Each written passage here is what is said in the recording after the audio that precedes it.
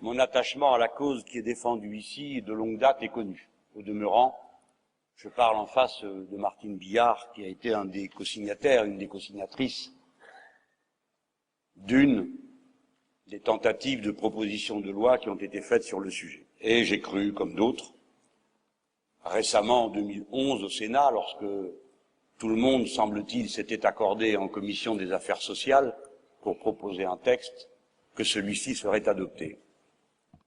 Il n'en a été rien. Aujourd'hui, je me présente devant vous, non pas pour répéter ce que vous savez déjà à propos de mon engagement personnel, mais pour proposer en partage les arguments qui m'animent lorsque je fais le choix que vous savez. Je pensais, pour commencer, à cette fulgurance de Condorcet, arrêtée, sachant bien qu'elle allait être son destin à partir de là, et qui écrit dans un de ses derniers textes un cri d'espoir dans la capacité de l'humanité universelle, et il dit que rien n'est hors de portée de l'intelligence humaine, et il conclut en disant « Nous vaincrons la mort ». Quelle énigme! En quoi est-ce que cela peut consister de vaincre la mort? Il y faut une réflexion matérialiste.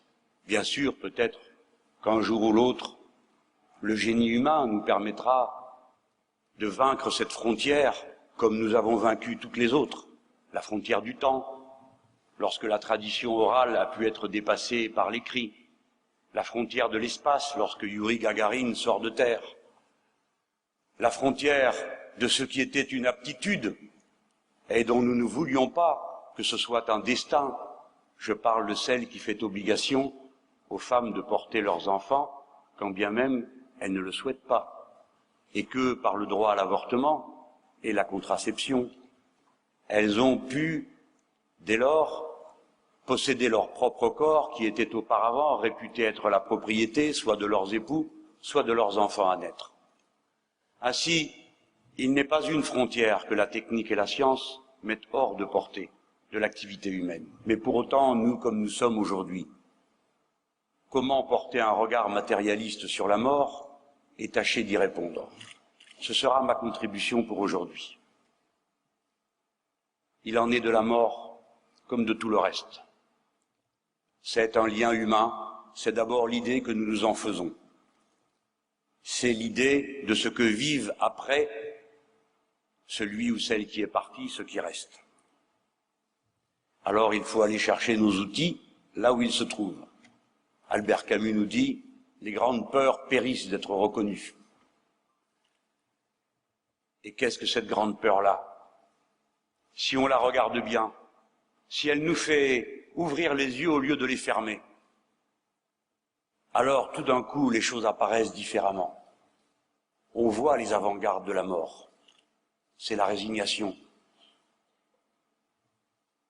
C'est la souffrance acceptée de l'humilier. C'est les chaînes que l'on a dans la tête.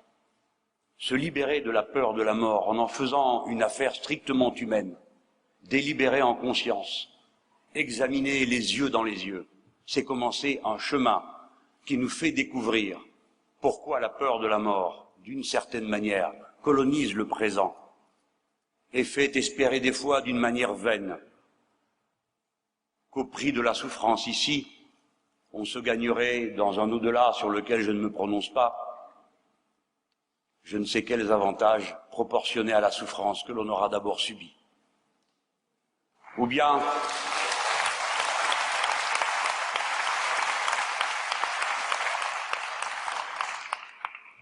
parce qu'on aura vécu dans la préparation d'une frontière que, par définition, on ne rencontre jamais, on aura oublié la joie et le bonheur du présent.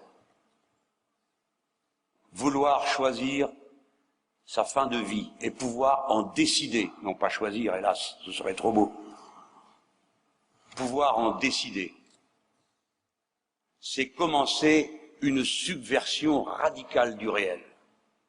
C'est aimer le présent. C'est festina lente.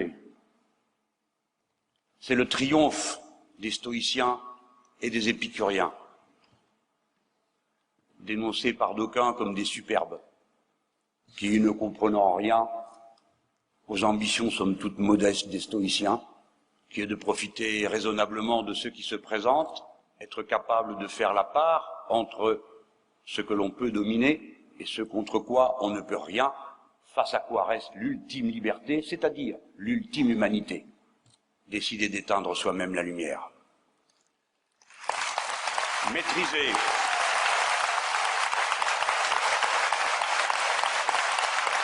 Maîtriser,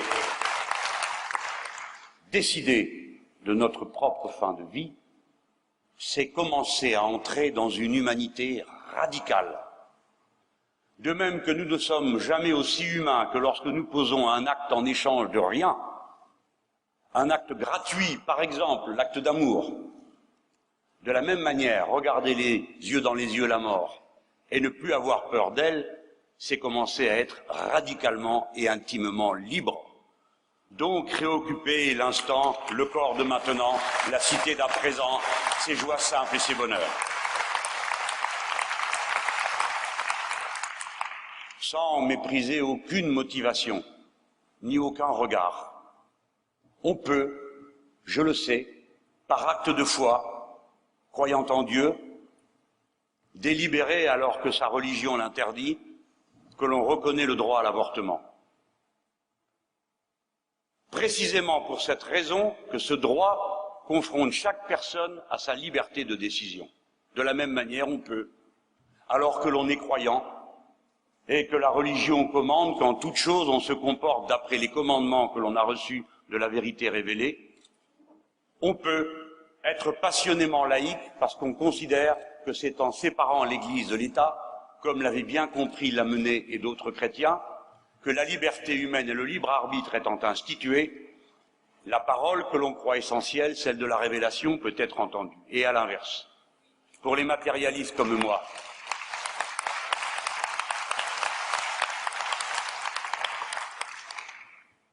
qui ne connaissent au fond que la pauvreté et la faiblesse de l'être humain, dont le dénuement est une source infinie de tendresse. On peut, sans même invoquer Sisyphe et son éternel recommencement dans l'effort qui le constitue en tant qu'être humain, penser que dès lors que nous sommes institués comme personnes par cette liberté-là, alors nous ne parlons plus d'une loi, nous parlons d'un droit fondamental de la personne humaine. C'est la raison pour laquelle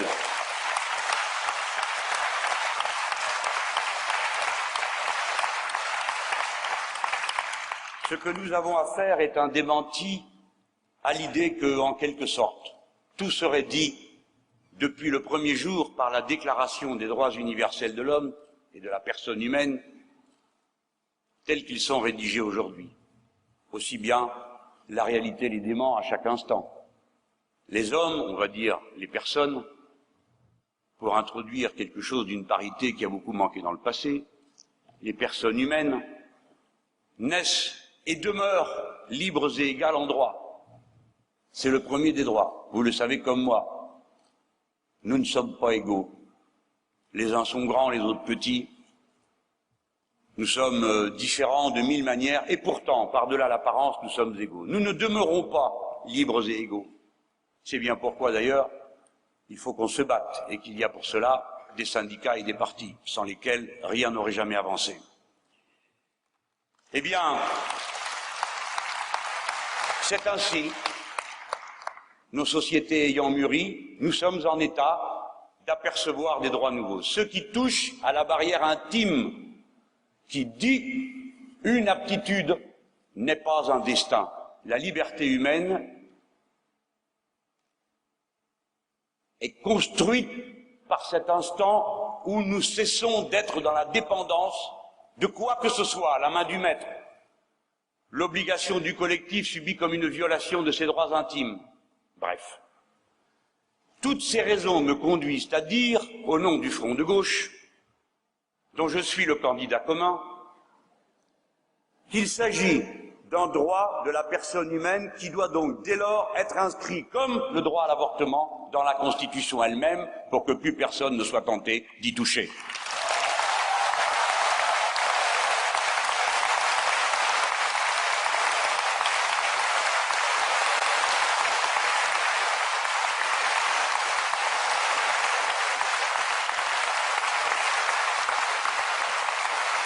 On peut se demander si c'est bien ce qu'il faut faire. Et longtemps, comme d'autres, j'ai pensé que la loi y suffirait, puisque les républicains partent de l'idée que toute proposition n'est jamais définitive, toute disposition n'est pas définitive, c'est même la grandeur de la loi républicaine. Nous ne sommes pas dans la vérité révélée. Ce qui a été fait l'objet d'évaluation, de bilan, et on peut refaire, on peut se dédire. C'est ça la grandeur de la loi et de la délibération collective. Mais pourquoi faut-il, si nous instituons ce droit nouveau, l'inscrire dans la Constitution? Parce que nous voyons que d'autres droits qui avaient été établis par la loi sont remis en cause et à la faveur de circonstances toujours passionnelles. On se propose de revenir sur l'abrogation de la peine de mort, sur le droit à l'avortement, quand dans des pays et des continents entiers, cette question fait l'objet d'une mobilisation de telle et telle force que je vois toujours située du même côté contre la liberté des femmes d'être propriétaires d'elles-mêmes. Alors il en irait de même de ce droit-là. Je vais achever mon propos. C'est une grande et belle dispute. Il est bon que ce soit une dispute, car ce n'est pas simple, une dispute au sens noble du terme, hein, pas une chicaya. Une dispute. Le simple fait de poser ce thème comme un objet de débat, sitôt qu'on s'en empare, nous grandit tous, quelles que soient nos convictions, même si elles sont opposées à la seule condition, bien sûr, qu'on respecte l'écoute qui est due au point de vue contraire au sien. Mais le simple fait que la discussion ait lieu est une victoire contre les vérités révélées, car le fait qu'on parle allume la lumière et éloigne l'ombre des certitudes arrêtées. L'agora nous grandit.